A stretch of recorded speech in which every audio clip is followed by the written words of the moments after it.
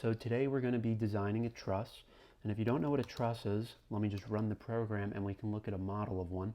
So a truss is a collection of joints and members where each member connects exactly two joints. And you can see the purpose of this structure is to hold up a load of some kind, which we've represented here with a hanging mass. And you can also see that we've color-coded each member so you know whether they're under compression, tension, or whether they have no force in them at all. And over here in figure 2, we've listed these forces as well as the lengths of each member. So how is this created? No place better to start than with the actual design.m file. So this is where we pretty much create the mathematical elements that will define what the truss looks like. So this is the connection matrix. This defines the relationship between the joints and the members. So each row here represents a joint and each column represents a member. So if you go down column 1, that refers to member 1 right there, M1, and you can see it saying that it connects, that member 1 connects joints 1 and 3, and that member 2 connects joints 1 and 2, and we can see indeed that that's the case over here. So then next we just define the supports.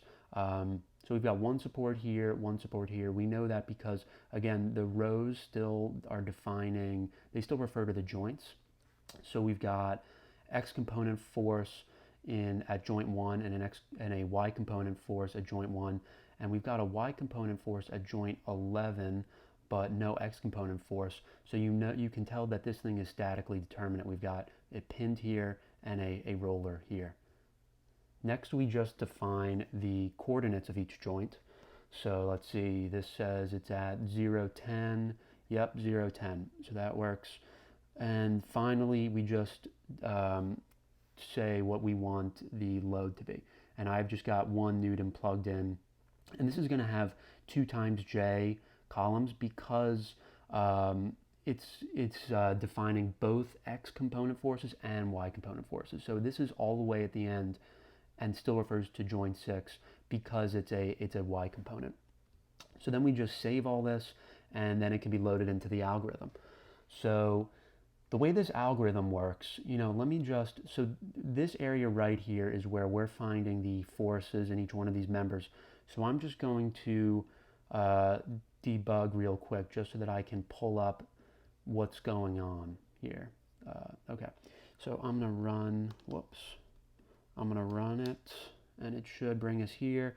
And now I can call this matrix that we've made right there. Oh, it even pulls up over there. Okay, but I'm gonna call it down here. So yeah, really big matrix that it creates, but it follows the same idea. It's not too complicated. So essentially what's going on, we're starting by just getting the dimensions of that connection matrix we were talking about at the beginning.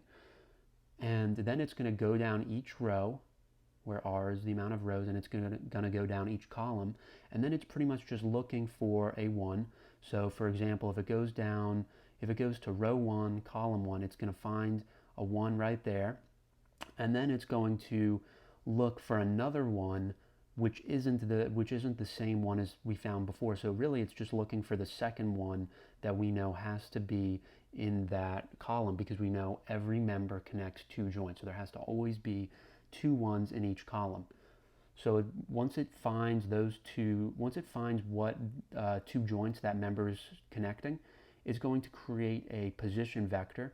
And let me just talk a little bit how we're defining the forces here.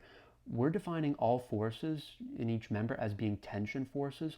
So then if we get a negative, as you see in member 2, member 4, and so on, that means that these members are actually in compression. So if it's positive, we've got a tension force that goes along with our model. If it's negative, that means that the member is actually in compression and that we guessed wrong. So then pretty much we're just creating unit vectors right here, giving us you can really think of this as being cosine and sine respectively. That's really all we're doing. We're just creating the factors by which we can multiply the magnitude of the overall force into, and it then breaks it down into the X component and the Y component and tells us if any of that is negative so that we know what kind of forces we're working with. So let's just look at a few of the results here. So we've got Notice how in row 1 and row 3 in the first column, we've got an equal and opposite force. And that makes sense because member 1 connects joint 1 and joint 3. And, well, why is 1 positive and 1 is negative? Remember, we're defining member 1 and all the members as being in tension. So if it's in tension, that means the joints are pulling out on it. And by Newton's third law, that means that the member is pulling in on the joints. So at joint 1, that would mean we've got a positive, that means the force vector is pulling in this way, going from the joint, pointing towards joint 3. So that's in the positive x direction. So yep, we've got a positive force there. And if we look at joint 3, we see we've got it, so it's going to be pulling in this way. So that's in the negative x direction. We've defined the directions as normal Cartesian coordinates, normal positive orientation.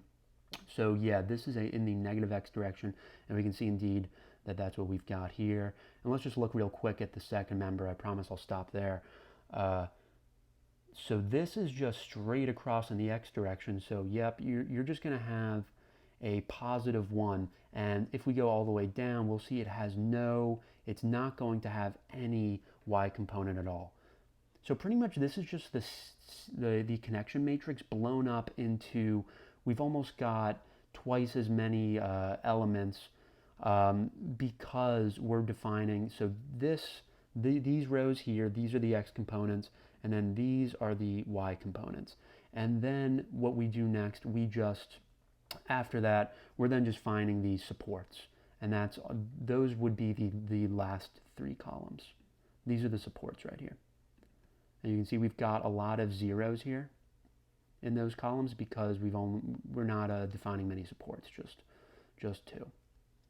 Okay, so that's pretty much all that happens here. We then just then invert this matrix. We do some matrix inversion and multiply it do some matrix multiplication with the load vector, and that will give us our tension forces. Remember, we've got a T there, not just an F, because we're talking about tension, not just force. We're making a guess pretty much. And if it's negative, then it's compression. The rest of this isn't that interesting. It's more specific to what I was actually doing. Let's let the program run all the way. You can see what happens next is it's giving us just an update on the cost of the truss. I've defined pretty much just the more material you use, the more it costs. You can make that whatever you want. And then we just find the max load cost ratio, and that's telling us how many newtons how many newtons we can hold up right here for every dollar we spend on this thing. And then it also tells us which member fails first. So this is sort of contingent on what kind of materials you plan on working with and how the cost scales up as you use more and more materials. So now we can finally get to the fun part. I'm going to call my help function, which I advise you to use.